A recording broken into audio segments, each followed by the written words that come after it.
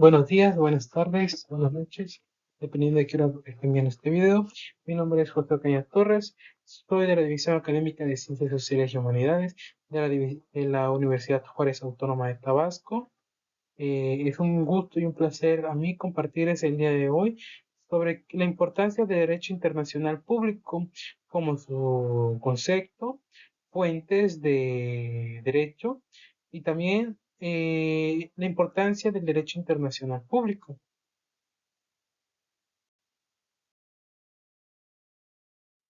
Como lo dije desde un principio, vamos a hablar sobre el derecho internacional público. Eh,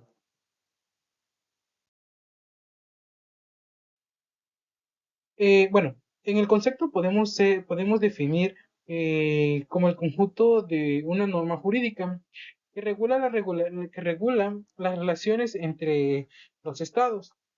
En el concepto podemos encontrar una definición que nos remota a un antecedente anterior, como latino de ius gentium, que, bueno, que en sí significa eh, este que en sí significa el derecho internacional, como antes lo determinaba. Se puede determinar de tres formas. Definición según sus destinatarios, definición según la materia y definición según la técnica de creación de las normas. El primer elemento que encontramos es definición según sus destinatarios, conforme a las cuales el derecho internacional es el conjunto de normas que regulan las relaciones entre estados y demás sujetos internacionales. Tenemos un ejemplo. Derecho internacional público es el conjunto normativo destinado a fomentar las relaciones entre sujetos internacionales.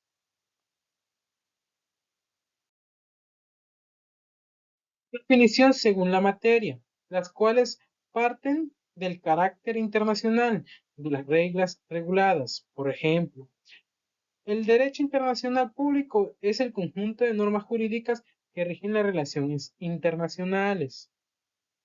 De igual forma, pido disculpas por eso, de igual forma tenemos las técnicas de creación de las normas, las cuales consideran el procedimiento de su positivación.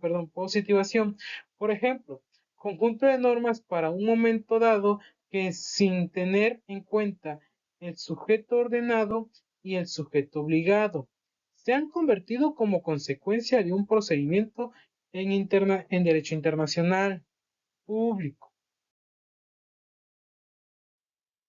Pasamos a las fuentes del derecho internacional público, las cuales son,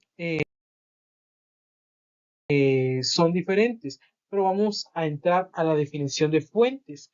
Nos dice el libro de Loretta que las fuentes del derecho internacional público, bueno, lo que yo entendí de mis propias palabras, del derecho internacional público, son elementos a partir de los cuales se manifiesta y se construye este sistema jurídico. A continuación, les daré algunas fuentes del derecho. En principio tenemos tres, que son tratados internacionales, cumbre internacional, principios generales del derecho. En el primero, tratados internacionales, estos acuerdos escritos entre estados están regidos por el derecho internacional. Pueden tener diferentes denominaciones, como convenios, acuerdos, pactos o protocolos, o costumbre internacional. La costumbre es una práctica generalmente aceptada, que se considera jurídicamente obligatoria. Se compone de dos elementos: la repetición de ciertos actos, elemento material, y la convicción de que sea práctica, perdón, de que sea práctica es que la práctica sea obligatoria. Opinión Juris Sieben necesitades. Principios generales del derecho. Estos criterios o entes de razón expresan juicios sobre la conducta humana en situaciones específicas, Son comunes, perdón, son, son comunes todos los sistemas jurídicos como leyes especiales, ley especial a ver, ley especial deroga ley especial, perdón. Puede ser, puede ser juez de su propia. Pero lo que quiere decir esto es de que nadie puede estar encima de la ley, de que si la ley lo pacta, la ley lo obliga, que si la ley lo obliga, la ley lo pacta. Lo que quiere decir.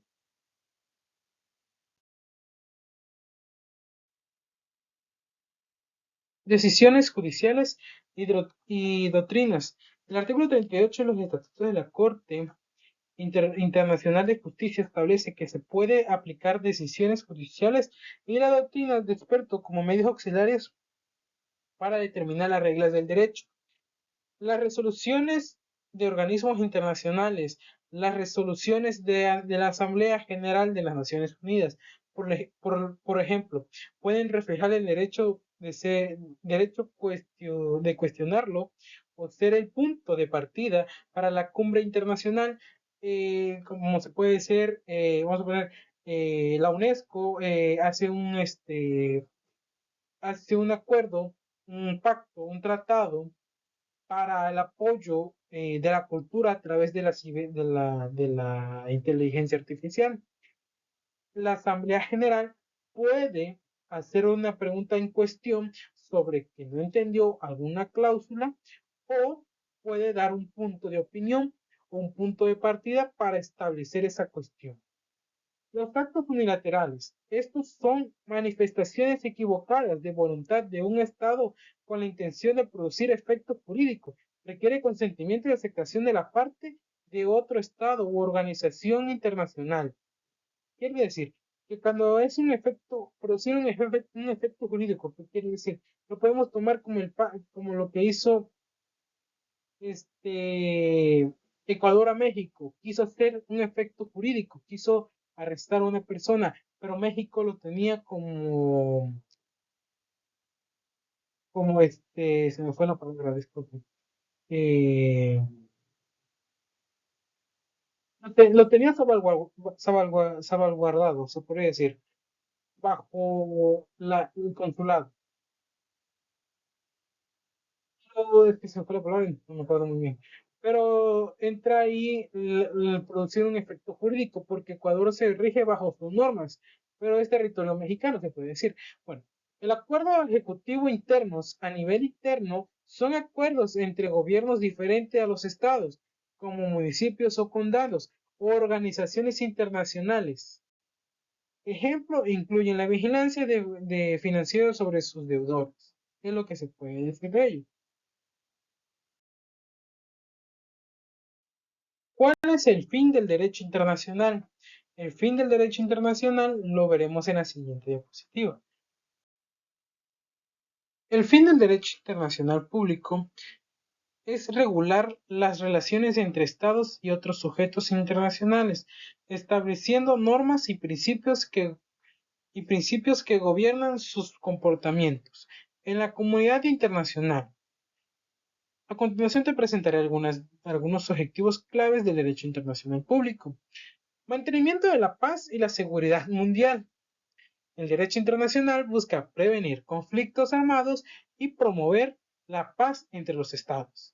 Organismos como las Naciones Unidas trabajan para resolver disputas y mantener la estabilidad global.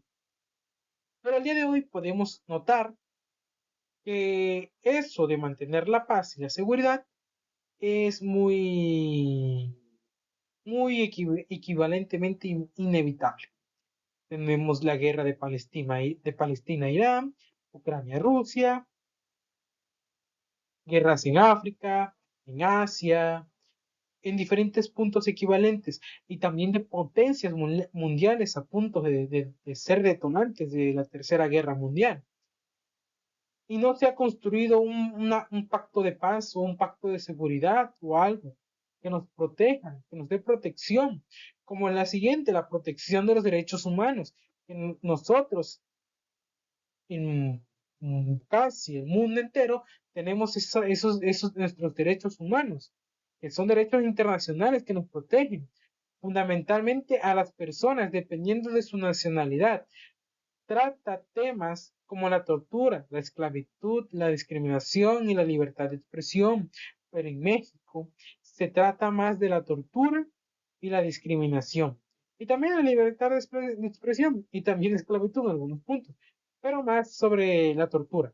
México ha tenido más denuncias sobre tortura que discriminación, la esclavitud, la libertad de expresión. Tiene más casos de tortura y desaparición forzosa que más que otros países, se puede decir.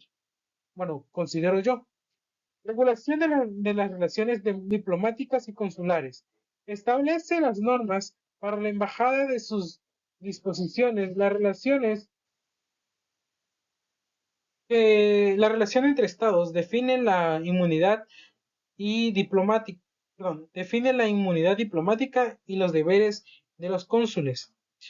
Para continuar, vamos con la siguiente. Además de la regulación, existen también la promoción y desarrollo sostenibles. ¿Han escuchado de la agenda sostenible, perdón, de la agenda de desarrollo sostenible, agenda 2030 creo que es, no me acuerdo muy bien, que eso también abarca en el derecho internacional público, porque es un pacto entre acuerdo entre países para poder mejorar la estabilidad económica, agricultura, pesca, medio ambiente, trabajo digno e igualitario, que abarca mucho la agenda, que son puntos muy fuertes a tratar, pero que son pocos notables. Al día de hoy podemos notar que la Agenda 2030 ha tenido un golpe muy, muy, muy radiante a través del cambio climático, porque el cambio climático al día de hoy nos está afectando demasiadamente. Pero regresando al tema, eso ya es para otra plática. Regresando al tema que estamos hablando, el derecho internacional aborda cuestiones como el medio ambiente, el cambio climático y la conservación de los recursos naturales. Acuerdos como protocolos de Kioto buscan reducir las emisiones de gases de efecto invernadero, pero dando también resultado que algunos países cuentan con poco presupuesto o cuentan con poca tecnología para poder desarrollar algo así. Facilidad del comercio internacional. Como recuerden, en México tenemos el Pactado de Libre Comercio entre México, Estados Unidos y Canadá, que abarca el comercio internacional, se puede decir, incluye acuerdos comerciales, aduanas y propiedades intelectuales. La Organización Mundial de Comercio, OMC, es un actor importante en este ámbito para regulación de todo lo que se comercia a lo largo y exterior de México, Estados Unidos y Canadá. Pero también podemos decir que se violan los derechos, importan cosas ilegales que no se deben de importar. La aduana y protección intelectual, la aduana no, o sea, la aduana y las autoridades fronterizas no hacen eso, o sí lo pueden hacer, pero se les sale de las manos. Establecimiento de responsabilidad legales, perdón, responsabilidad legales. Define la responsabilidad de los estados por sus acciones y omisiones. Esto incluye la responsabilidad de daños a otros estados o a sus ciudadanos. Se puede decir también el ejemplo nuevamente de la Embajada del Consulado en México, que afectó mucho a los ciudadanos mexicanos que se encontraban ahí y